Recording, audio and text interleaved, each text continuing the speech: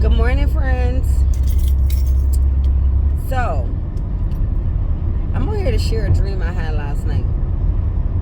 It was very interesting, and I'm not gonna say scary, but maybe startling. I don't know. I don't even know how to explain it exactly how I felt when I woke up, but I had a dream that I was at some sort of like conference, or it was a place where I was like one of the people teaching the word, and it looked like it was like a conference, but it looked like a lecture room. And it also made me feel like I was in school, because there was a guy standing in the corner who appeared to look like the instructor or the teacher. And that's just the feel I got from it. So I'm not sure. I'm just kind of going off of what I was feeling and what it looked like. So before it was my turn, there was a young lady that I admired on social media who I listened to teach all the time. And she went up there and she did, you know what I'm saying? She did amazing, like she always does, right? And then it was my turn. But as she was teaching, I ran to a window because it started getting real dark. So I'm going between the window and trying to pay attention to her.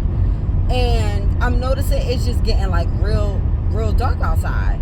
So as I get ready at the same time for my turn, my arm starts to get I don't know, numb, or it just went limp, kind of deformed looking. It just wasn't working. Like my arm just started doing something weird, and I started panicking because it also seemed like I was gonna get graded on this presentation. So I started panicking a little bit, because I'm like, oh no, like I'm not gonna be able to present well because my arm is not working. Now, as I realize my arm is starting to do something weird, and I'm looking at the guy who appeared to be a professor, and he's looking at me smirking, almost like he's the one doing it, right? So I'm like, okay, this is weird. But anyway, my turn comes. I go up there and I teach. Regardless to how my arm is, I'm like, oh well, what am I gonna do? So I just went anyway, and I taught the best way I could with this deformed arm now all of a sudden. So fast forward, afterwards, we're all going back into another room, and like I said, I kept going to this window because I'm like, it's getting dark in here. So now it's getting dark inside, and I'm like looking at the girl who was teaching, like, what's going on? And she goes, he's coming, we gotta line up. So I line up, and I get on the side of her, and now we sitting down, I think, and then we have to like rise, like stand up, like a king is coming, like somebody of royalty or high position is coming. And when I stand up, the girl next to me, who was not that much bigger than me, stands up really tall, and I'm like puny now. And we have these books in our hands that look like photo albums. Like photo albums, that's what it looks like. That's what it was given. Hers was all perfect and nice, and she stands up with hers in her arm, all proud. I stand up, I look mad puny, and I'm looking at her like, how'd you get so tall? And I'm looking at my book, and my book is like raggedy. And I'm like, oh no. Then my book drops, and it's like, a really old book that's kind of ripped off from the I don't know what you call it, like the outside of the book. It just kind of slides out when it's really old, like that. It does that. And I'm like, oh my goodness, this is embarrassing. And when that happens, the lady, there was a lady coming, And she's like looking at each one of us. And she gets to me while I'm down picking up my book. And she goes, no, that's how he wants us. And I'm like, that's how he wants us. And I look over to my left, which seemed to be like a hallway. And my mom walks by and says, he doesn't want us to know anything. And I just cry. I just say, I screamed out, like, I love God. I screamed out, I love God. Like, this, I just love God. This is it. This is what I have. But I love God. And the lady who was looking at, who kind of like was judging us, I guess, she just smiled at me. And then I woke up. And I woke up kind of nervous because I think it was the whole judgment. I was nervous in the dream. So I guess that's why I was nervous. But I never dream about my mom, first of all. So that alone was weird. And when I woke up, I started feeling like, dag, like, that's how God wants us. Like, broken. Like, he doesn't want us to come all perfect, all figured out. He doesn't want us to know so he can teach us, so he can show us. This is just what I was feeling when I woke up. Like, okay, yes, the girl next to me was tall and perfect, and she taught real well. And mine wasn't put together. Mine was all broken. Then my arm started walling, and I'm like, but I taught anyway. Regardless, I taught anyway. And I kind of felt like I was kind of, like I said, the guy who I thought was a professor, it looked like he was doing that to me. So I felt sabotaged on top of that. But I went and I taught anyway, regardless.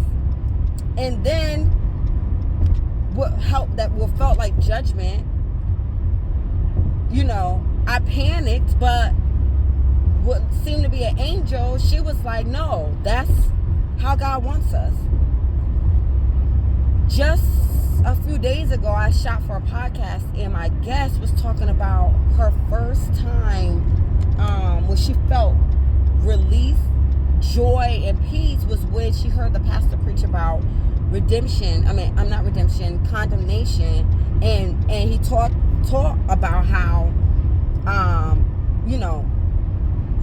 you're not going to hell because you have done all these things and your life was a mess, how there's still hope. Then I had a conversation yesterday at work about the young people not having hope and being the reason why they out here just throwing their lives away. And then one of my favorite clients, I invited her to church, and she said this before, but she said it again. She said, I don't do church. I told you, if I walk in a church, I'm going to go up in flames. And I was like, dang, like, people really out here feeling like because they don't have it together, or because they are, filthy, or doing things that are against God, that they don't have any hope. And that is so, like, sad. So I'm going to ask God, again, or I'm going to ask him to, like, kind of break down that dream for me again. But that's how I felt. That's what I felt in my spirit when I woke up, and I couldn't go back to sleep. I started to make the video right then. It took me about probably like an hour to go back to sleep, because I probably should have got up and just made the video then, but I ended up going back to sleep. But yes, I feel the message is nobody's too dirty for God to clean up. He wants us broken. He came for that's what I said. I said, he came for the sinners. He came for me. I love God. That's what I said. That's the first thing I said when the angel, I think was an angel, walked up to examine me. But yes, Jesus came for the sinners. Like, he came for us. He came for the imperfect people. He came for us. So please don't feel like you are too filthy, you are too deep in your sin that you cannot turn back to Christ. I'm sorry that I'm not looking in the camera, but I'm driving. But I had to get that out there because I got a busy day today. And I feel like that's the message. And I talked to a sister of mine earlier this week, and she said that God was putting on her heart about leaving the 99 for the one. So I feel like that's the message. I feel like God is waiting on us. All right? And I pray that this message, encourage somebody who's feeling, like they've done too much. He wants us just like that so he can clean us up. Have a blessed Friday.